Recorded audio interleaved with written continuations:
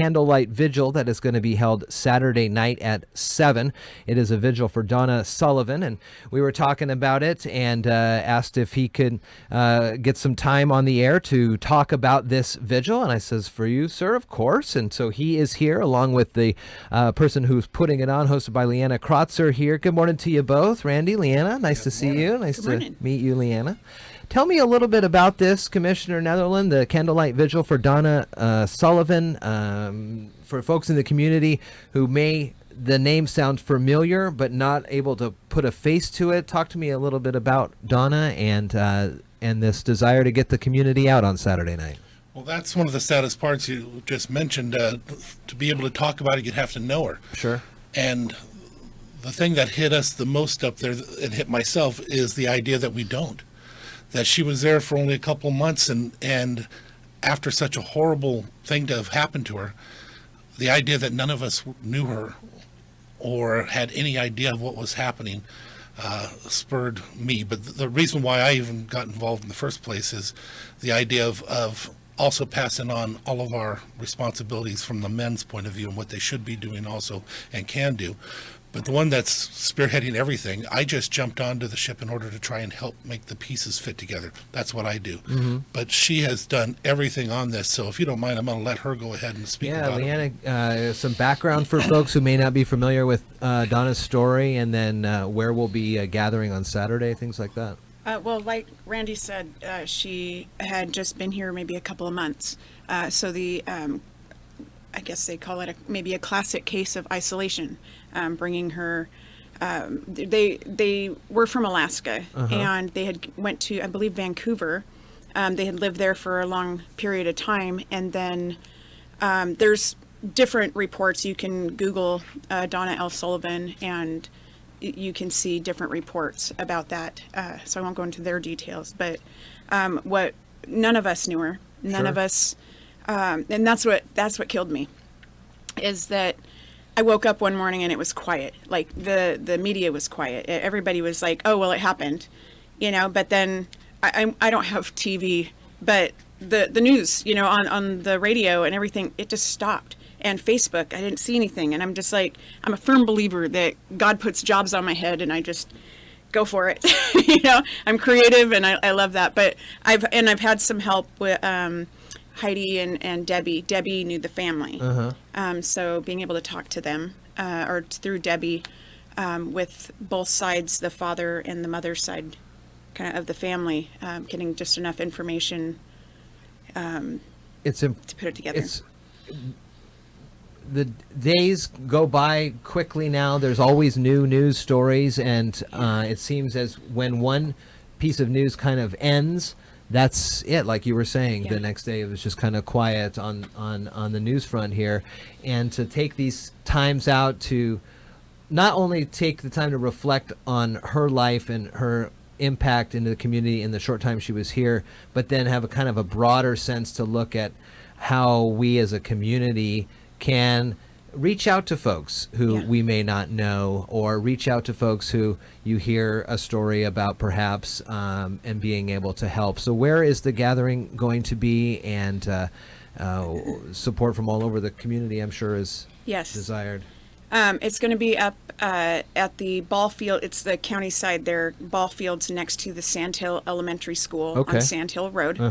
791 Sandhill Road is the address for the school, but if you get there, you're going to see you'll see where we are, and we're going to be in field number 6. Also will not be hard to miss us, or hard to find us, because we'll be the only ones setting up tables and chairs and whatever there. So well, when we post this interview with information about this Saturday night, we'll of course then make links to that with the other information we have from the website and things like that. Were you did you personally know? You said you did not know her. Didn't know her. How did this then get you to be involved in this? Well, like I said, I'm 100% believe that God puts jobs on me, and I think he gave me a gift of facilitation and of being creative. So together, putting our community has come together with the most amazing support. I mean, all the way down to, and I don't want to call this the lowest part. This is amazing that people are baking cookies. You know, wow. that's just family. You know, Yeah. that's our Totally. community. Yeah, everybody's Yeah. coming together. Water, people dropped off water. We can always use more water if anybody's still wants to give. We can do that. And the fire department's going to come and feed people, and just all the tables of support that we'll have that'll have information. I'd love to have more, but it kind of shows how much that we need to grow. At least, I mean, not just on our north end, but everywhere. But our north end, we definitely need more support in that. And the idea that of what she has been pulling off, it actually goes to show that's what our community is like up there. That's what makes us a little bit different than most. It takes me 2 hours to get a gallon of milk when I go to the store. That's just the way it is. So the idea that we don't know somebody and something like this could happen to them, Yeah. that brings out the people like this so that we will make sure that she's known. That's one of the things that caught me the most, is the idea that we have somebody that went through this and nobody knew it. We need to make sure that from this point on, they know who she is. Right. They know who she was, what she's done, and what we can do to make sure, or try to make sure, these things don't happen again. She's brought together organizations such as Turning Point and such that will also be there. There'll be opportunities for people to not only get educated, but hopefully to reach out and ask for help if they need it at that time, to be able to make sure that they're still safe and we take care of each other in our community. Yeah. She's done incredible work. That's one of the things that I hear from most. If we would have known, Sure. and that's the one that just gets me in the strings. That if we would have known, and we don't, people don't want to go peeking in windows and seeing what's Right. going on, but how do you find out? How do you find the people in isolation? We just want to encourage those people to come out, that there's help, that you there's can safety. be the change there, the change agent needed to Yeah. reach out to that person, or you Definitely. see somebody new move And a in. lot of people that are victims, they do hide it well, Yeah. too, Yeah. at work or whatever. So, that's good that you guys are getting that out there, making it And more what aware.